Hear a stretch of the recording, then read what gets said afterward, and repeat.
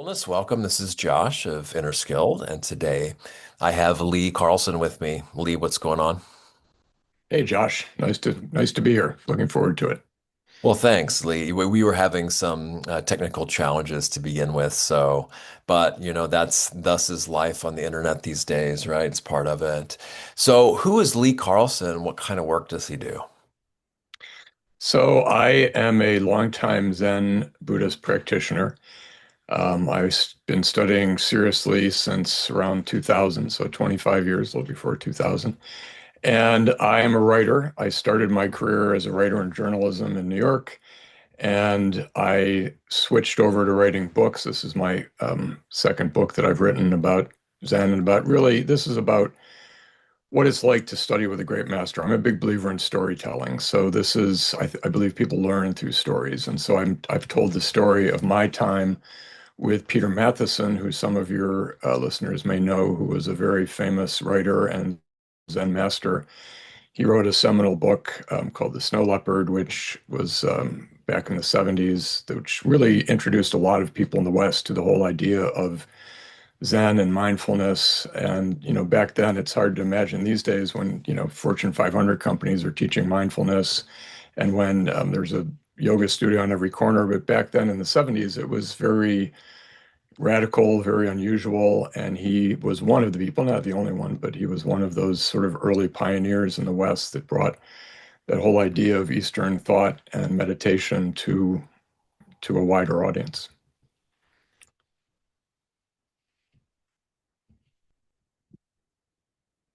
Josh, you're muted. Oh yeah, it's just We're kind of still like having those technical difficulties. reminds me also of that Far Side cartoon in School for the Gifted, and it says pull, and he's like pushing on it, or vice versa too, right here. Right, exactly. Okay, so yeah, That's why we're the pros here, right? Yeah.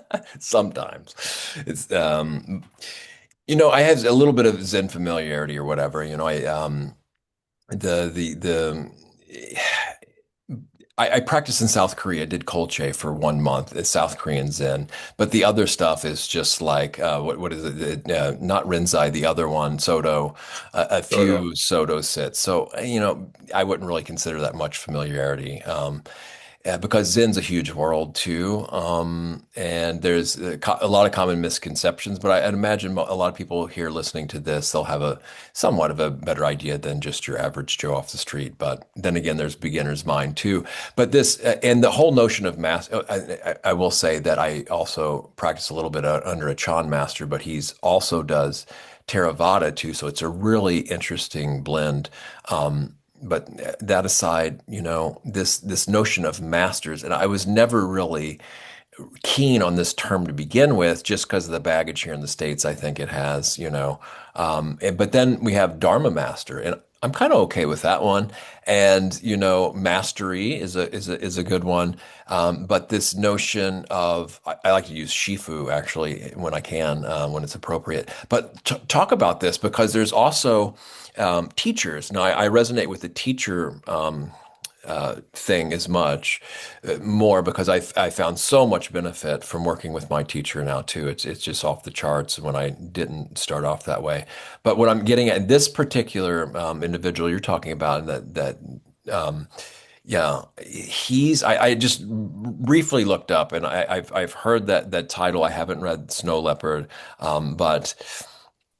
That's a Tibetan term too, isn't it? Isn't it big in Tibet? I don't know. But this guy has a background as CIA and Paris Review as a cover for CIA. So of course I'm intrigued. I mean, so many people are intrigued by spy stuff, right? Naturally. I mean, even it's been publicly released that a monastery I lived at in England, the abbot there, his sister was embedded in Russia as a spy.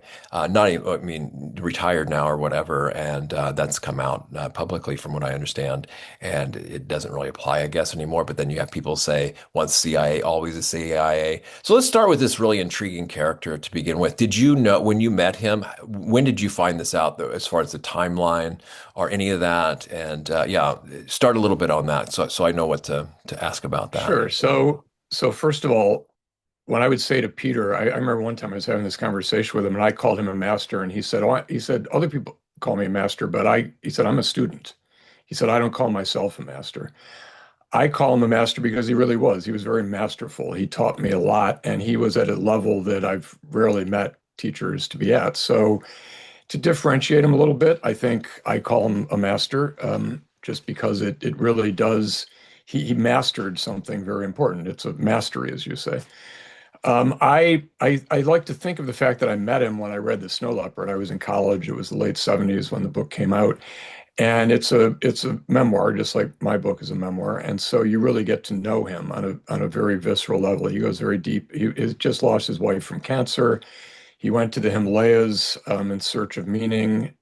Technically, he was there on part of an expedition that was searching for the snow leopard, which now you can see the snow leopard in zoos all over the world. But at the time, it was a very rare animal. It was not very, only a few Westerners even ever seen it. So it was this kind of dual story, the search for this leopard, this elusive leopard, but also a search for meaning in the Himalayas through the Tibetan monks.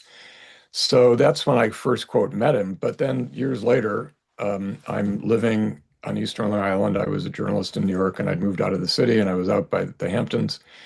And the internet was just coming on, and it was, literally just been invented, or the internet had just been invented, but Google was just coming around and be able to search on the internet.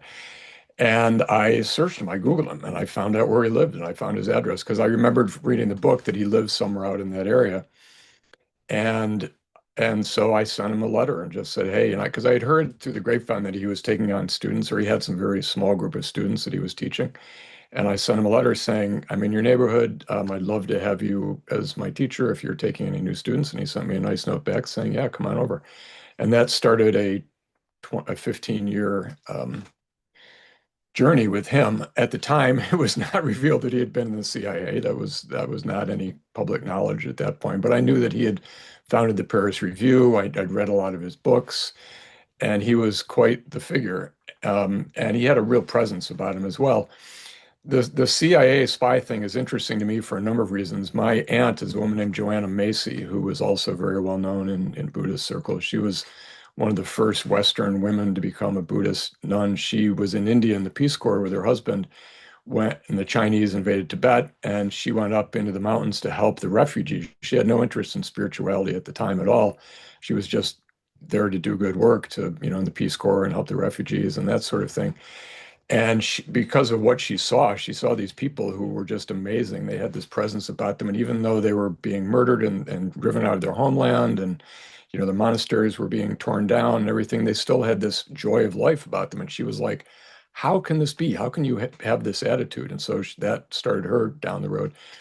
But she was the same age as Peter. They knew each other. They weren't close friends, but they knew each other. And she also was recruited by the CIA. And so this was a common thing back in those days. This was, I guess, the 60s, maybe late 50s. Um, and so, the CIA wasn't villainized as it is now. It wasn't such a bad guy. It was considered patriotic to join it. It was considered a good thing. It was post World War II. We still were basking in that, doing good and defeating evil, and the CIA was part of that.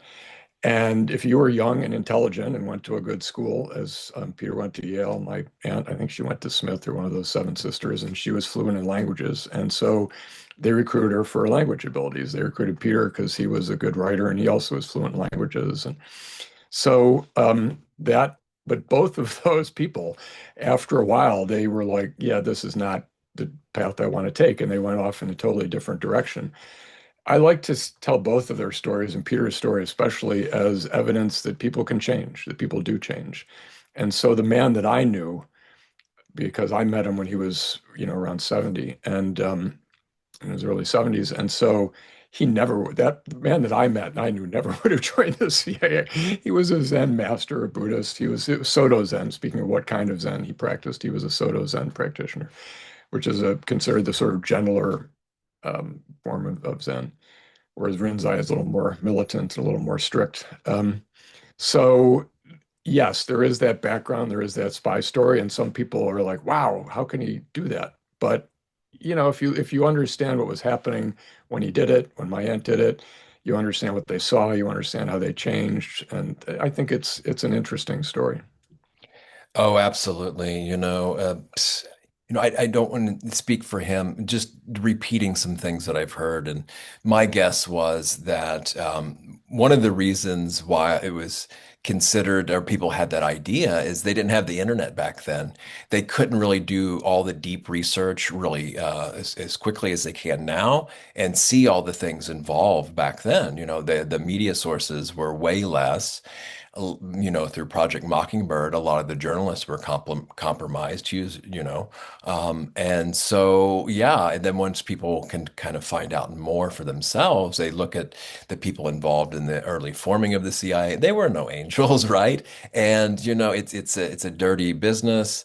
And yeah, it's a tough one because some things need to be classified, of course, but some things, it's just basically, with black projects, it basically can get away with anything and then just write it off as national security. And there's no checks or balances. So, yeah. And then, yeah, how do you get out of this? Because what other people say, no, even when you're retired, you're not really retired. You can come, be called back up or whatever in the amount of kind of just say brain control, mind washing or brainwashing in a sense. I mean, it's very highly sophisticated. They lie for a living, so it's a really complicated mess. So just take that in the background. We don't really know what we don't know. And we only have little scraps here and there to kind of get clues on what all is involved with this stuff. Now, from what I remember, it didn't even make the mainstream media how the CIA's involvement helping the Dalai Lama escape, right? I mean, and then who benefits here, and that's a whole nother rabbit hole.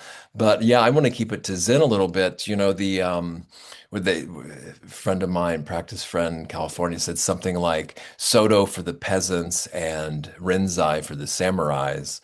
And yeah, so I don't know if that's a cliche is it does any justice to it or not. But and these a lot of these, of course, the Peace Corps is another, and NGOs are a huge cover for spooks as well. What better way to get in anywhere under the guise of humanitarian aid? And then we've got, these monasteries. I even asked some of the venerables, and they said, "Do you ever get?" People involved with intelligence agencies coming through there, and he kind of joked like, yeah, and they stick out like a sore thumb. So, we have this thing, and what do we do with it? Because I don't want to write it all off as bad.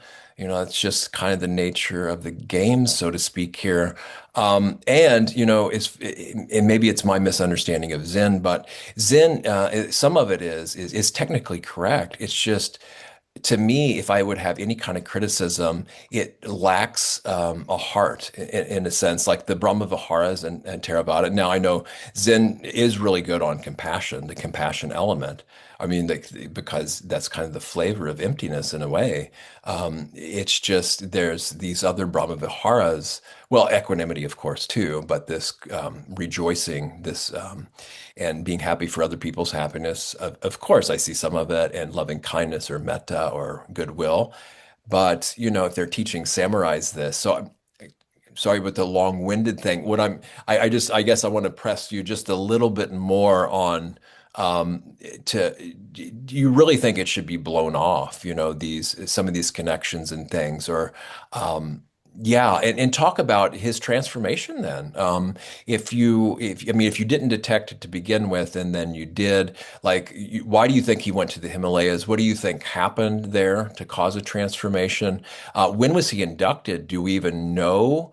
Did he write about how he did initially get involved in this? I think this is all fascinating background to this character, and who then also had the huge literary magazine. I mean, one of my heroes, Jack Kerouac, I thought he wrote for the Paris Review at one point too, and that's how I even found out about Buddhism, which is not the most wholesome, skillful way, but it was there, and that was a gateway too. So I'm indebted in a way to that.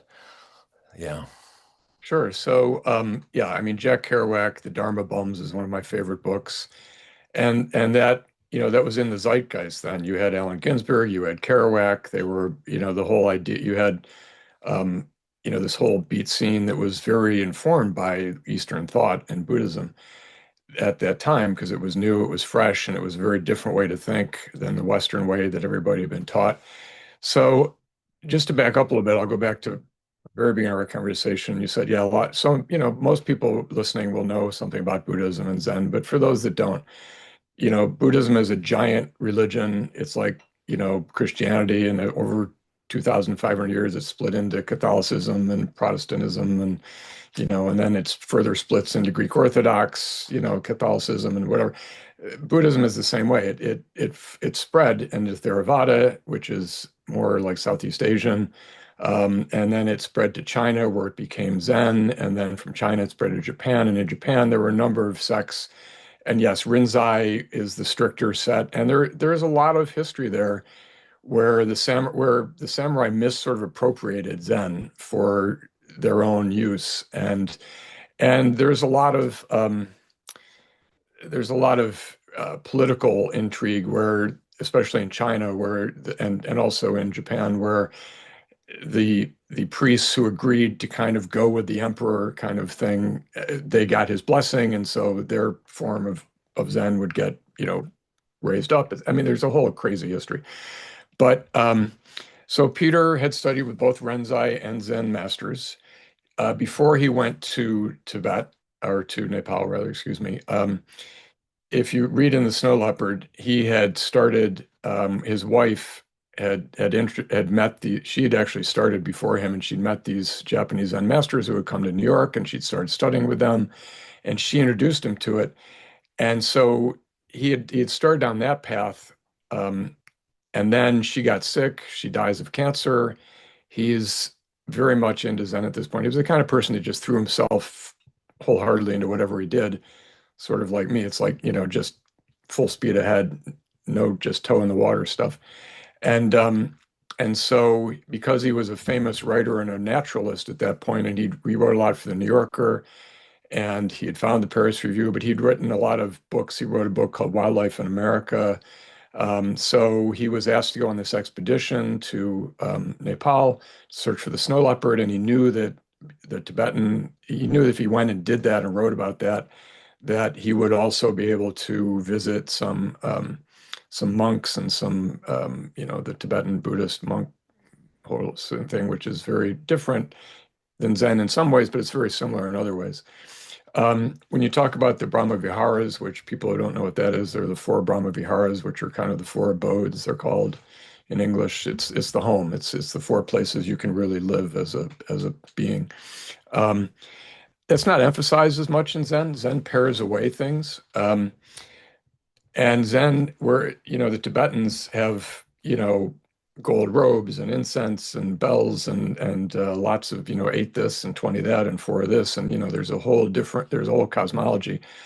Zen is very different. It strips all that away, and you just focus on meditation. And the misconception about Zen, yes, Zen is big on compassion, but it also is big on heart. It is big on all aspects of the human being, and it's big on love. And in my book, I write about these openings that were brought about by my studies with Peter, in which you just realize the incredible energy of love that underlies all things, that underlies the universe, that connects us all. And that I would not have, I almost I wouldn't have achieved that without Zen.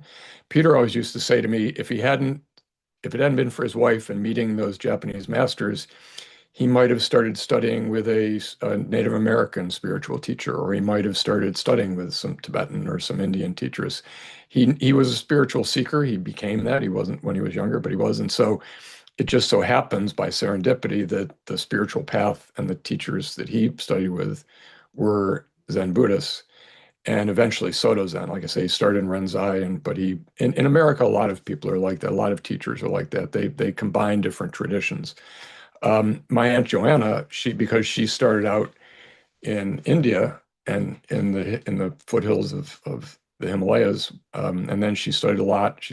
She studied a lot in Sri Lanka, so she's got a different background. She's very Theravadan and that sort of thing. And so I'm the same way. I've also integrated a number of different traditions into who I am and in my studies. And I've studied with a number of different teachers like you have in various places. And Peter, one of the things I love about Buddhism and Zen is that most teachers say to you, yeah, go study with other people. Like they don't try to sort of keep you for themselves and tell you that their way is the only way. They say like Peter said to me a number of times, you will have a number of teachers in your life. That's great. Go study with so and so. He wasn't threatened by it at all. He didn't think it was going to mess up my learning with him. Um, so I think that there is Zen for me anyway, and I always say to people, it's for me. It's what I came across, and I came across a great teacher. And let's go back to teachers for a minute, because so much of what my book is about what it's like to study with a great teacher. I always tell people it's sort of like a cross between Tuesdays with Morrie and the Snow Leopard. It's like it tells the story of what it's like to study with a great teacher for 15 years and what you can learn with them and how they can elevate you. Not that you can't learn from books or you can't learn from podcasts or videos or YouTube, but at the end of the day, if you find somebody that you connect with, it really can help you down the path. And not only that teacher, but their group. I think it's really important to find, it's in Japanese Zen, it's called a sangha.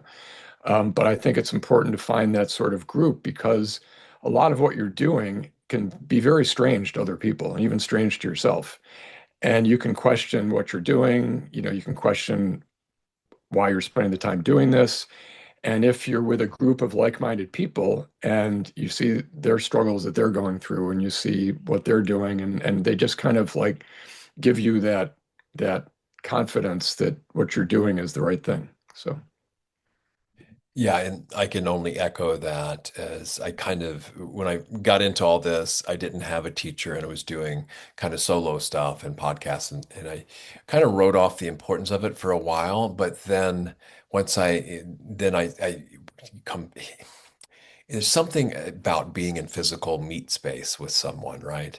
And so, yes, going to a sangha, that's a kind of approved word for spiritual community in Buddhism. And some people strictly think refer to that as just the monastics.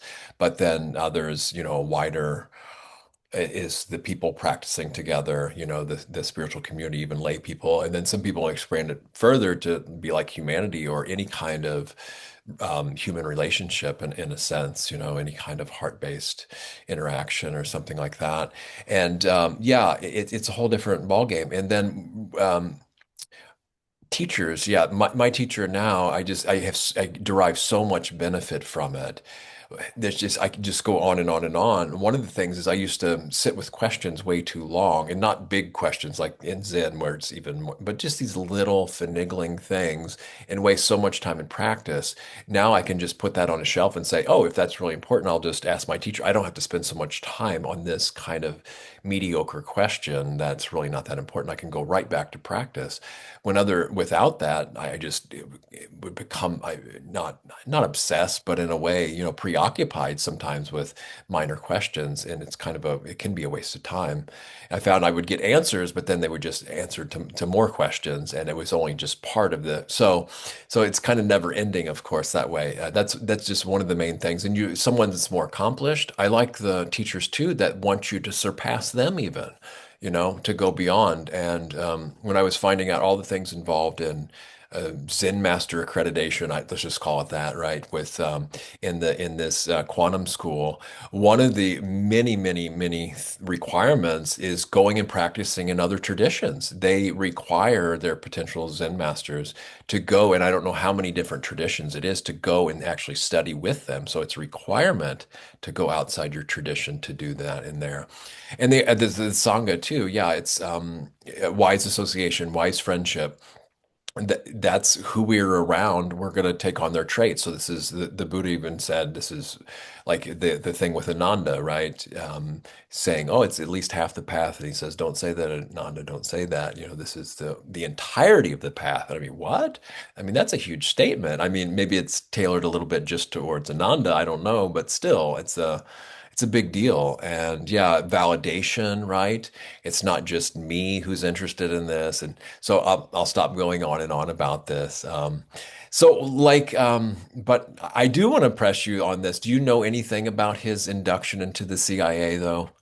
Sorry, it does. And then if we skirt it again, I'll just let it go. So, That's okay. I really yeah. don't, other than what Mm, I've read. He and I never discussed it. Like I I said, see. when I first started studying with him, it wasn't even common knowledge. And I think for him, it came out while I was with him before he died. And he was kind of just like, oh, my God, that's like so long ago. That's part of my past. So from what I've read, there is a big biography of him that just came out that talks about it a little bit. And from so I only know, third hand what I read. He and I never really talked about it. And wasn't there for very long. I do think at the time, knowing I did talk to Aunt Joanna about it just a little bit. And at the time, you're young, you're in your 20s, and communism, it was the fight against communism, and communism was very evil at that point because of Stalin. Everybody knew that Stalin was murdering millions of people, and also Mao Zedong was murdering, millions of people in China, and so it was if you were a young and young American who believed in doing the right thing and helping the world, you believe that joining the CIA and was could help the world. It could stop this murderous stuff that was going on in some of these communist countries. And so I think that it's the right attitude, but kind of the wrong.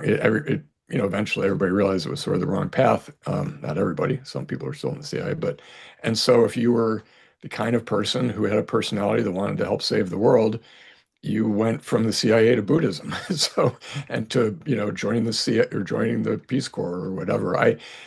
Peter, when you say that he could have, you never leave and you could be called up anytime, that may be true these days, but he left it in his 20s and he never went back. And I'm also a ship captain, and technically I could be called up if there was a war. Technically I could be called up, but I know I never will be. That's not going to happen. I mean, I'm too old and it's too far in my past, but I have a license, and technically if we went to war and they needed captains, they could call me. And I was never even in the Navy. I was just a merchant mariner. So, but, I think that's the same thing with, when you were in the CIA 60 years ago or 50 years ago or whatever.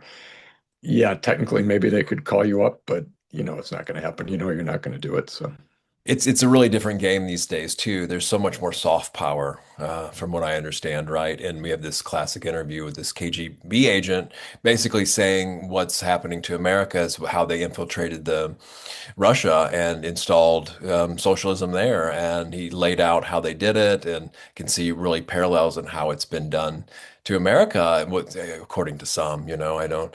So it's a different. It's a more of a battle for consciousness these days, I think, and a war on the mind. And that's the great thing about these practices when they're really straight and true and real, can wake up to these things and have some kind of detect it, and then be able to respond wisely to it, and that includes not responding as well. So it really, and I don't like to think of it as a religion even. It's just kind of a training to see reality for what it really is, and then the best way to go about that. And so and the only really doctrine is of open inquiry. Everything has to be seen and known for oneself. So yeah, this is why I'm drawn to it. And with all that, an ethical foundation, and we talk about precepts, before that generosity, I feel, but then everything based on non-harming. And for me, I guess I'm not against, of course, the non-aggression principle, because who am I to tell someone they can't defend themselves? I mean, yeah, I'm no. Everybody I know have agree with the non-aggression principle, and then I just take it one step further, and this is where the long view of multiple lives comes in. I feel having to be open to consider that, because a lot of this stuff doesn't make sense without that context, that these vast cycles of time and birth after birth. And even if we don't have to take it literally, we can look at our own experience and how many things are rebirth, metaphorically in our own experience from time to time. And I don't think we're any kind of special exception where, that we get out of it just at this scientific materialism view. But so we're unfortunately we're running out of time. I want you to tell some stories here, some really colorful stories of being with your teacher. I think instead of hearing me preach on and on here, right? So yeah, talk about some of your time with him and some particular instances that really were like profound and life changing for you. Because I'm imagining you had several of these with him. Yeah, so when you study with a teacher like that in Zen, so it is very much focused on it's this everything in Zen is a dichotomy, is sort of a paradox. And so the paradox is you're studying this great teacher, but he's then saying to you, go sit and meditate and study yourself. Like, you're not talking all the time. It's not like a classroom situation. And yet sometimes you're meeting face to face alone in Japanese Zen, it's called Dokusan, where you literally are sitting cross-legged on your cushion on the floor, and you're about, this far apart from each other, and it's very intense. And usually you've been meditating for maybe 5 or 6 hours at that point, and so the two of you are both just really in this space that is just this consciousness that is so different, and you talk to each other. Sometimes you don't talk to each other. Sometimes it's what's called an eye interview, and you just are like looking into each other's soul through the eyes. But again, another paradox is he always said to me, remember in our interview, we just talk about Zen and about your practice. But then, of course, every time we sat and met, we talk about my life because your life is your practice. So, so he broke his rules every time, which was great. And he taught me all sorts of things. I will tell you. So yes, so in the book there are two main moments. I wrote it purposely. It sort of has a dramaturgy like a play. It's like Act One and Act Two. And the first act leads up to this amazing moment where I had been with him for a couple of years at that point, and I went to a lecture by Sharon Salzberg, who some of your listeners may know. She teaches loving kindness meditation. And I knew very little about her. She just happened to have come to the Hamptons to give a public lecture. And another friend of mine from the Zendo said, the Zendo is our meditation center that Peter had, said to me, do you want to go? And I said, yeah, sure, let's go. So we went, and there were maybe 50, 60 people there. And it was at this beautiful private school that had these beautiful sort of Japan, because it's in the Hamptons, of course, so there's tons of money. And so the school benefactor had given money that they built this beautiful building that was very Japanese influence, a lot of wood and a lot of stone. And Sharon lectured for about 45 minutes. And at the end, she said, no, I'm going to teach you all how to do loving kindness meditation. You want to do that? And I was like, yeah, sure. Most people are sitting in chairs. A few of us were sitting on cushions. We brought our cushions because we were, more serious, quote, meditators. And so she turns the lights down low and turned the lights down low, sorry. And she starts instructing us in loving kindness meditation. And then she lets us just go into this silence. And it was like somebody switched flipped a switch in my brain. It just all of a sudden, the entire room changed from being solid to being nothing but pure energy. And everybody in the room, they still had outlines, but they were kind of like outlines that merged with other people's outlines because they were energy. And the rocks and the walls and the wood and the chair, it wasn't just the people, it wasn't just the living animate objects, it was the inanimate objects, supposedly inanimate. The rocks, the chairs, the stage, whatever, the cushions. Um, and time stood still. I don't, I couldn't have told you if it was 30 seconds or 30 minutes or 30 years, but I knew from my friend when it was over, because I said, how long was that? And she said it was like 5 or 10 minutes. I said, okay. And I could see things behind me. I didn't turn my head. I don't have eyes in the back of my head, but I could see everything around me clearly, including behind me. How that happened, I have no idea, but it happened. I was a reporter and a journalist, and so I'm good at just reporting what happened, and I'm not, make no claims to what it means, um, but it was amazing. And then finally, after 5 minutes, Sharon turned the lights up, and she started talking again, and I came back to, the real world, and the woman I was with, my friend, we didn't know each other all that well. But I hugged her. I had to hold on. I said, hug me. I need something. I need like, and she said, you're shaking. You're shaking. I said, I know I'm shaking. Like something just happened to me that is just so unbelievable and intense. I can't even describe it. And then, I excused myself and I went to the men's room and I grabbed the sink with both hands and I just stared in the mirror at myself and said, who am I? What am I still here? Like, what just happened? I had to like, see myself. And so the next day I called Peter to tell him what had happened in his office phone. Because am I going crazy? I don't know. What, just what did I see? It was so life-changing that moment. Um, and and there was this long pause, and then he just, I didn't know what he was, and then finally he said, "Oh, Lee, how wonderful." And that's all he needed to say. I mean, we talked more, and then he said, I want you to write everything down because before you forget it, journal it, write it all down, and then come see me in a day, and we'll talk about what happened. And we did, and we had, some really deep talks about what it meant and what had happened, but just that initial, that's what a great teacher can do. They can just, even over the phone, they just, set me at ease, made me know that it was okay, made me know that what I had just experienced was a wonderful thing. And one of his favorite sayings comes from an ancient Japanese teacher. And the saying is, all the world is one bright pearl. What need is there to understand it? And that's Dogen Zenji, who is a lot of people know. He's a very famous old writer, Japanese writer. I can't remember, 1,000 years ago or something. Um, and that it's very hard for a Westerner like myself, who was highly educated, who was always taught to figure things out and to get an A on the test and to study and whatever, to just let go of having to know what that meant and trying to understand it, but just to appreciate it. But at the end of the day, that's what we need to do, and that's how a good teacher will point you in that direction. Just bask in that beauty and amazement of what you experienced. Well, So that's utterly beautiful. And I got to add that one to my list of all these different profound experiences I've actually heard around metta.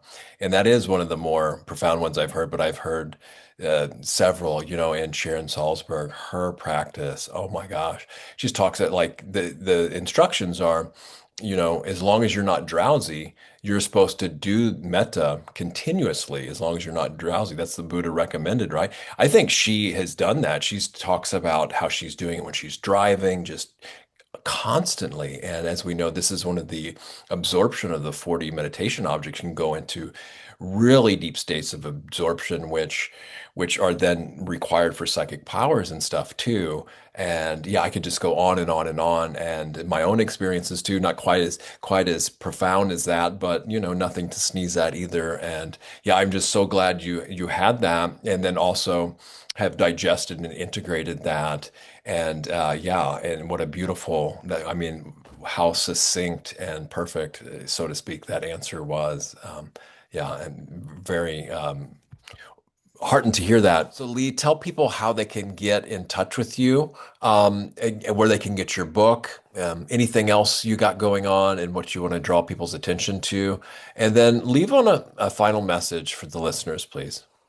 sure. So the best way to get in touch with me, I have a website which is leecarlson.life, not leecarlson.com, but leecarlson.life, because that's what we're talking about is people's lives. And if you go to the website, my email address is there. You can always reach out to me. I'm always happy to hear from readers and listeners. Some people tell me I'm crazy that I'll get flooded, but I enjoy it. So I might not get back to you right away because I might be on a retreat or something. But and there's also a link there that you can buy the book. The book is available in all major outlets, Amazon, Barnes and Noble. You can order it from your local independent bookstore. It's available in hardcover, softcover, and ebook with an audiobook version, hopefully coming soon. And so that's the best way. And there's information there about the book, about me. And that's really your best bet is just to go to that as your one-stop shop, leecarlson.life. There's also, when you go there, there will be a pop-up asking if you want to join the email list. And if you put your email in, you will get sent a free 25-page guide to how to find a great teacher, to all the things to look for, both the good things and the red flags to know when somebody might not be right for you. as well as if you have a book club or a sangha that you want to read and study the book with, there's a 5-page study guide that goes along with the book as well with questions and that sort of thing. So that's the best way. And I think that what I would like to leave people with is what Peter said to me. So when I was towards the end of his life and I'd gotten to a point where I'd asked him if it was appropriate that I start teaching, and he said, absolutely, you know enough to teach. And we talked about how to run a sangha and how to teach and what to do with people. But one of the most amazing moments I will never forget, we were sitting there and he said to me, Lee, at the end of the day, just teach them how to breathe. That's all you can really do. It sounds so simple, and it is simple on one level. On another level, it's very complex. That, of course, started me down since I'm a reader and a writer. I have all these books now, Tibetan books, Chinese books, and Western books on the breath and breathing and all and there's so many. I also do yoga, so there's so many different yogic breathing practices, and so it's a fascinating path. But I would just say to people, at the end of the day, just breathe. It's like Sharon Salzberg driving down the road thinking about metta. I'm breathing and concentrating my breath, driving, standing in the checkout line at the grocery store when I'm meditating, etc. So just breathe. Beautiful. It took the Buddha all the way to Anapanasati. So, with that, may we all find and know the most optimal breathing practice for ourselves and to benefit all beings everywhere. May all beings everywhere realize awakening and be free.